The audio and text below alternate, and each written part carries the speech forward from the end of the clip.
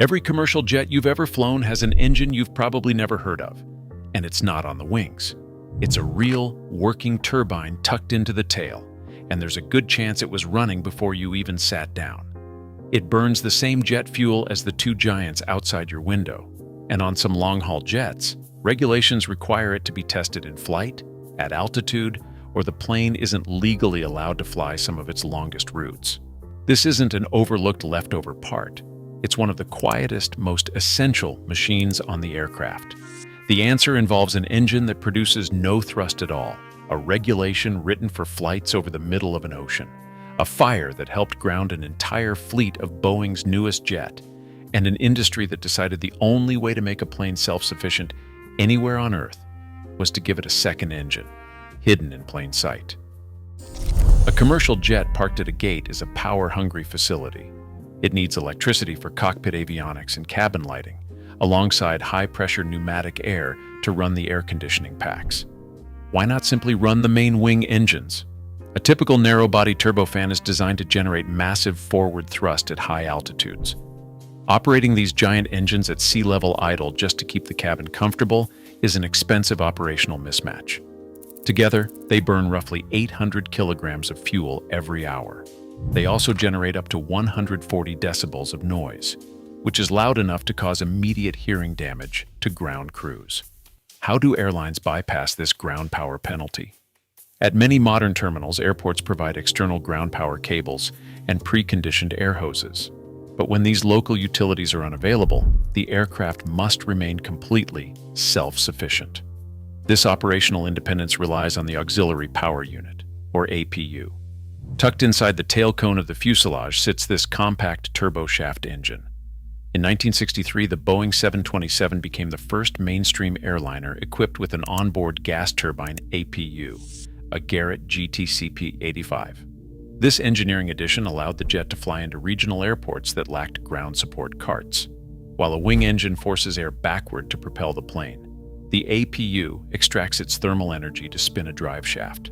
This shaft drives an electrical generator to output 115-volt alternating current, while a load compressor supplies high-pressure bleed air. It produces zero net propulsive thrust.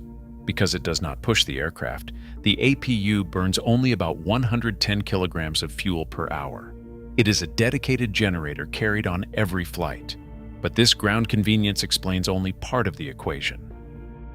Why can't a multi-million-dollar turbofan simply start itself at the turn of a key? Unlike a car engine, which relies on a small electric starter motor to crank the cylinders, a massive jet engine is a heavy aerodynamic system. It requires an immense volume of high-pressure compressed air just to begin rotating. The high-pressure compressor core, known as the N2 stage, must spin up to a specific minimum speed before fuel can be introduced and ignited. Without this pre-existing airflow, attempting ignition would cause a destructive surge of heat that would melt the interior turbine blades. To generate this necessary initial rotation, the starting system requires pneumatic pressure between 30 and 40 pounds per square inch. This is where the auxiliary power unit steps in. Its load compressor pumps high-volume bleed air directly into the pneumatic starter of the wing engines. If the onboard APU is unavailable, ground crews must hook up an external pneumatic generator known as a ground air start cart, a loud trailer-mounted diesel turbine that pumps compressed air through a heavy hose. Without one of these two high-pressure air sources, the aircraft is essentially stranded. It cannot start its own engines. To perform this vital task reliably, the APU operates as an entirely self-contained machine. It is not an extension of the main propulsion systems. The unit has its own dedicated fuel plumbing that draws directly from the aircraft tanks, its own independent electrical bus, and its own lubrication loop. On advanced aircraft like the Boeing 787, the APU even relies on a dedicated lithium-ion battery to power its electronic control unit and start motor. This isolation ensures that even if the main generators fail or a total electrical blackout occurs, the tail-mounted turbine remains fully functional. It is a genuine independent engine. In 1985, the Federal Aviation Administration formalized a regulatory framework that transformed this ground-based helper into a safety mandate. This framework, known as ETOPS, or Extended Range Twin Engine Operational Performance Standards, governs how far a twin-engine airliner can operate from a suitable diversion airport. Under the original rules, twin-engine jets had to remain within 60 minutes of an alternate runway. If an engine failed over an ocean, the aircraft had to reach safety quickly. The 1988 Federal Aviation Administration Amendment introducing ETOPS 180 changed commercial aviation by allowing twin-engine aircraft to fly up to 3 hours from the nearest airport. This opened vast transoceanic routes, but it also extended the distance to safety. What happens if a twin-engine jet loses an engine hours from land? The loss of a main engine also means the loss of its integrated electrical generator and pneumatic bleed source. If the remaining engine's generator fails subsequently, the aircraft is left in a critical state. To mitigate this risk, ETOPS regulations require a redundant power supply that can step in immediately. The auxiliary power unit serves as this essential backup, ensuring the flight crew retains essential avionics, flight controls, and environmental systems. It is the ultimate insurance policy over open water. For an aircraft to be certified for extended-range flights, its APU must do more than operate on the ground. It must be capable of starting in flight at the aircraft's maximum operating altitude. Under Advisory Circular 12042B, this certification demands that the APU start reliably at altitudes up to 40,000 feet, in temperatures reaching -55 degrees Celsius, using only dedicated battery power. To maintain this ETOPS rating, airlines cannot simply assume the system works. Operators must conduct regular scheduled in-flight start demonstrations to verify reliability across the aircraft's entire service envelope. If the unit fails these periodic checks, the plane's ETOPS approval is downgraded, forcing the airline to reroute flights along longer, less efficient coastal paths. This operational penalty can cost carriers thousands of dollars in extra fuel and flight hours per trip. The compact turbine in the tail serves as more than an economic convenience for passenger comfort. It is a regulatory prerequisite for long-haul flight. Without it, modern twin-engine aircraft like the Boeing 777 could not legally fly across the ocean. This regulatory safety net introduces a silent economic penalty. Every hour the turbine runs, it consumes fuel, accumulates maintenance wear, and draws the ire of airport noise managers. To support more in-depth engineering analyses like this, please leave a like on the video. The true cost of keeping this hidden engine spinning extends far outside the hangar, triggering a high-stakes standoff between airline balance sheets, municipal environmental laws, and the physical limits of airport gate infrastructure. Carrying a 1,000-pound turbine like the Honeywell 131-9B adds purchase costs, dead weight, and continuous maintenance overhead to every flight. Why accept such a constant penalty?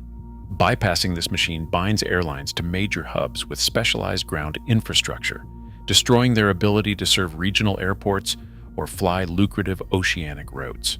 Wing turbofans are simply the wrong tools to generate gateside electricity, supply low-pressure starter air, and provide high-altitude emergency redundancy. No propulsion engine can handle all these roles simultaneously without severe operational penalties. Instead, aviation settled on a managed compromise. The dedicated tail-mounted turbine remains the most practical answer to several distinct operational bottlenecks. The next time you hear that high, thin whine while boarding, look at the small exhaust port at the very tip of the tail. It is the voice of a hard engineering choice. The bridge between an engine too massive to idle on the tarmac and an ocean too wide to cross without a backup. If you enjoyed this engineering analysis, subscribe for more technical breakdowns. As ETOPS approvals expanded throughout the 1980s and the 1990s, the aviation industry reclassified the auxiliary power unit from a ground convenience into a primary safety system. Under these wider regulatory frameworks, an inoperative APU ground stopped the aircraft. It was a critical dispatch item. If the tail-mounted turbine failed, twin-engine aircraft were restricted to shorter, less efficient routes closer to coastline runways. Safety oversight had fundamentally changed. How severe are the risks of carrying a self-contained power plant in the tail? On January 7, 2013, a Japan Airlines Boeing 787-8 parked at Boston Logan International Airport provided a high-profile warning. Ground crew noticed smoke pouring from the rear fuselage, tracing the source to the APU battery compartment. The National Transportation Safety Board launched an investigation, identifying the root cause as an internal short circuit within a single lithium-ion cell. This defect triggered an uncontained thermal runaway, melting the battery casing and causing a ground fire. The consequences were immediate. The Federal Aviation Administration grounded the entire Global 787 fleet, forcing a comprehensive redesign of the battery enclosure, the addition of heavy steel containment, and new exhaust venting systems. Beyond mechanical failures, the APU faces growing pressure from environmental laws. Major hubs have cracked down on the noise and exhaust of ground operations. London Heathrow's Noise Action Plan enforces strict limits on overnight run times, while Frankfurt and Copenhagen deploy artificial intelligence monitoring to track real-time emissions.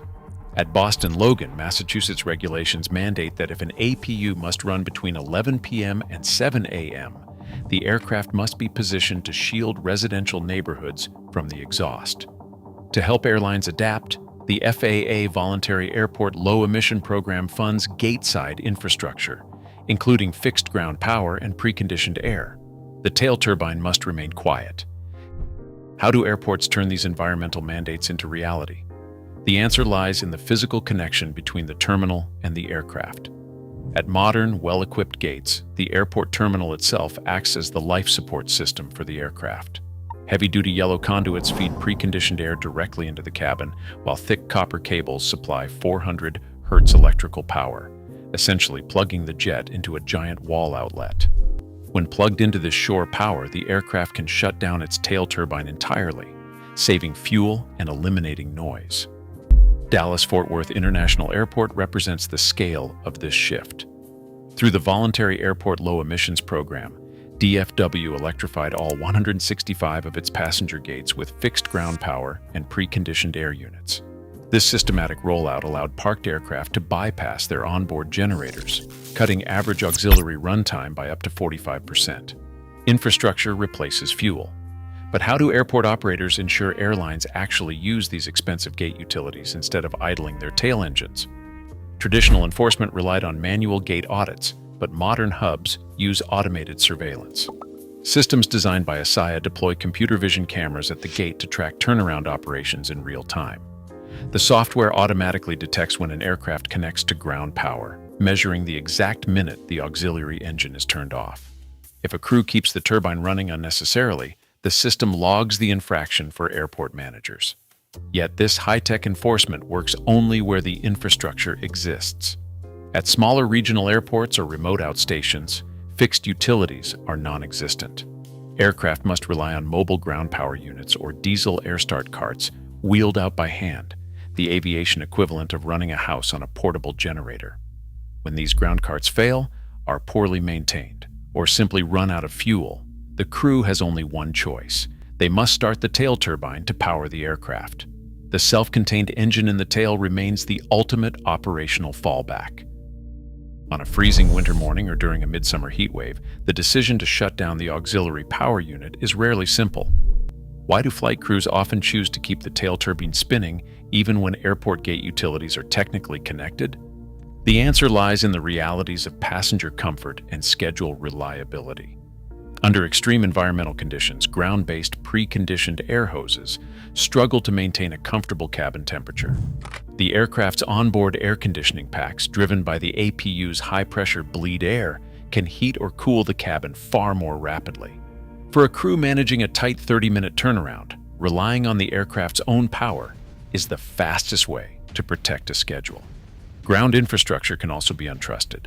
Power grids can fluctuate, and a sudden loss of shore power can cause the aircraft's avionics to go dark, resetting flight computers and forcing lengthy system reboots. A single power glitch can trigger a cascade of delays. Yet this operational insurance policy carries a direct cost for those living just beyond the airport boundary. Every minute of extra runtime adds to the noise and exhaust borne by surrounding communities. At Boston Logan International Airport, this conflict is codified under the 740 CMR, Chapter 24 Noise Regulations. Between 11 p.m. and 7 a.m., if an APU must run, the aircraft must be positioned so the fuselage physically shields nearby residential neighborhoods from the tail exhaust. It is a constant compromise between the cabin comfort of passengers and the quiet of the surrounding neighborhood. How is this compromise evolving for the next generation of flight? The near-term transition relies on incremental efficiency rather than radical redesign. Onboard, manufacturers are introducing lighter, cleaner turbine designs, such as upgraded versions of the Honeywell 131-9B, which trim nitrogen oxide emissions by using advanced combustor materials. But can these engineering shifts completely eliminate the tail turbine? Not yet. While continuing gate electrification will extend runtime reductions past today's most equipped hubs, the global aviation network remains highly unequal. The least equipped regional airports will keep requiring a self-contained pneumatic and electrical power source for the foreseeable future. Because of this infrastructure bottleneck, the vast majority of today's fleet still carries conventional, kerosene-burning hardware. For decades to come, the hidden engine will remain an irreplaceable operational necessity. The next time you hear that pre-boarding whine or spot the exhaust port beneath the tail, you are looking at the unsung guarantor of modern flight. Far from a redundant spare, this hidden turbine remains the silent line between a routine delay and a successful diversion over the world's most remote oceans. Subscribe for more deep dives into aviation engineering.